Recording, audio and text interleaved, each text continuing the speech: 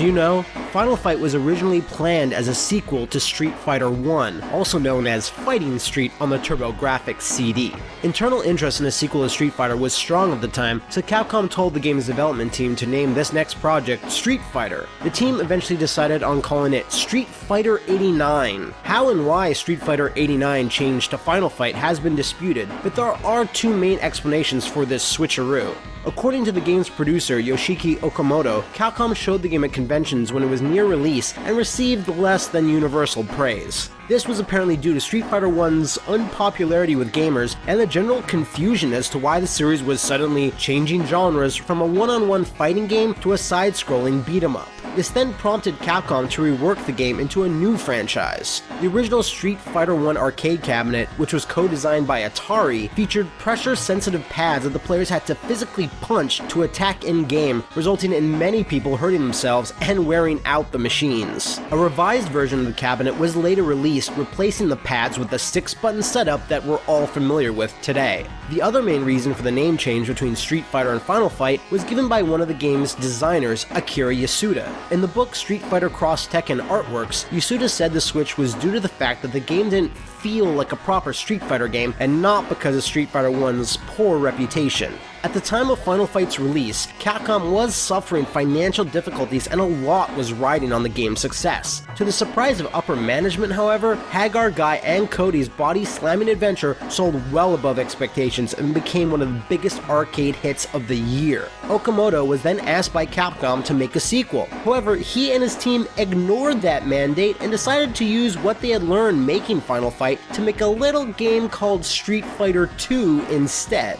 This mixing of both franchises is one of the reasons why so many characters from Final Fight appear in Street Fighter tournaments, like Cody, Guy, Hugo, and Poison, and why later Final Fight games have small cameos from Chun-Li and Guile as well. Speaking of which, the character of Poison has been the subject of endless debate in regards to his or hers gender. During development of the original Final Fight, they decided they wanted to add a female enemy who works for the Mad Gear Gang, the main antagonists of the franchise. Capcom then started to fear a backlash from feminist groups and offending others about the visual of men beating up women, and decided to make Poison transgender would be a convenient way of circumventing the issue. Speaking with Retro Gamer, designer Akira Nishitani said, "We were mildly concerned about getting sued by a feminist group if we beat up women in the game." Final Fight's concept art for Poison has the word new half written beside it, a Japanese term typically used to describe a female with male reproductive organs. This is also made apparent in the Japanese Super Famicom and Sharp X68000 instruction booklets, which refer to her as a new half as well. There's evidence suggesting that Poison's palette swap, Roxy, was planned to be transgender as well. This has never been confirmed, and Roxy is generally considered to be female, but she would never reach the heights of popularity as her pink-haired counterpart. Despite all of Capcom Japan's best efforts, both Poison and Roxy were replaced in the Western Super Nintendo release by Capcom USA with two sprite edits named Billy and Sid to avoid controversy. This trend continued with Final Fight 2 as a pair of female thugs, Eliza and Mary, were swapped with Leon and Robert. Poison's gender remained ambiguous outside of Japan for years, which led to speculation from fans as to what he or she could be. Capcom producer Yoshinori Ono stated in an interview with Electronic Gaming Monthly, "In North America, Poison is officially a post-op transsexual, but in Japan, she simply tucks her business away in order to look like a girl." Akira Nishitani also stated that Poison could be male or female, but it was up to the individual to decide on what she or he is. Yoshinori Ono would also later go on to state, "We deliberately want to make it a mysterious thing, that question of what's at the core of this character." In pre-release versions of Street Fighter Cross Tekken, Ryu and Chun-Li's victory quotes towards Poison reference the confusion about her gender. Ryu would say, "Your looks can really be deceiving. I should be careful not to fall in your trap."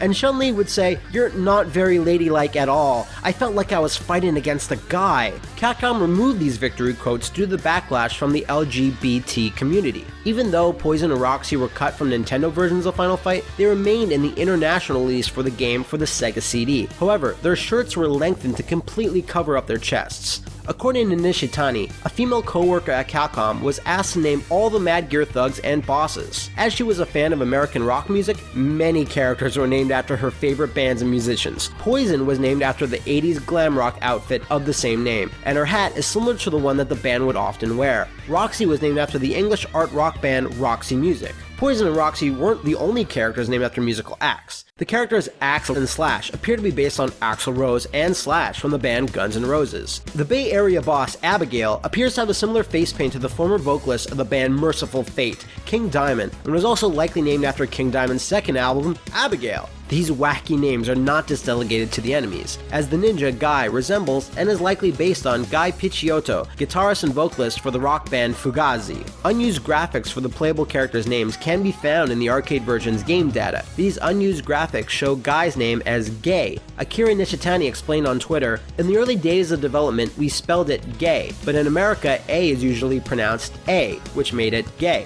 It wasn't before long that there were objections to change the spelling. The team intended the word to be pronounced with a short A sound, without realizing in English it's spoken with a long A." In the Western Super Nintendo and Sega CD releases of Final Fight, the character Sodom was renamed Katana, possibly due to the name relating to the word sodomy. Oddly, this naming convention continued to the Super NES port of Street Fighter Alpha 2, where Katana is a playable character, despite the fact that every home port of the Street Fighter Alpha series up until that point always labeled the mock samurai as Sodom. The first boss that players encountered in Final Fight, Damned, was renamed to Thrasher, likely due to the name sounding close to the word damn. Sodom was likely named after the German thrash metal band of the same name. On top of the name changes and replacements, there were a couple of other minor things censored in the international Super NES version of Final Fight. Whiskey bottles were no longer available as bonus items, and the man whose car you wreck in the first bonus round had his dialogue changed to, "Oh, my car," instead of, "Oh my god." The Super Nintendo release of Final Fight featured only Cody and Hagar as playable characters and cut Guy out altogether. An updated version was later released as Final Fight Guy in 1992, which then replaced Cody with the Bushin Ninja.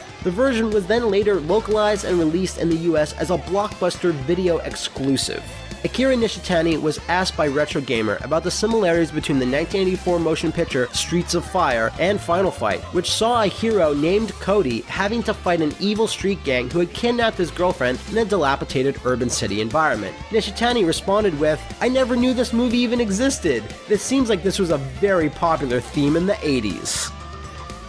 Well, that's all for today. Don't forget to subscribe to DidYouKnowGaming and follow DidYouKnowGaming on Facebook and Twitter. Make sure you also check out DidYouKnowGaming.com, and if you like this video, check out our other videos. I'm Matt from the Best Friends Zaibatsu, and if you want to see me and my 3 friends dick around in games new and old, bad and really bad, make sure to hit up our YouTube page. It'll be the hypest time you'll have all week.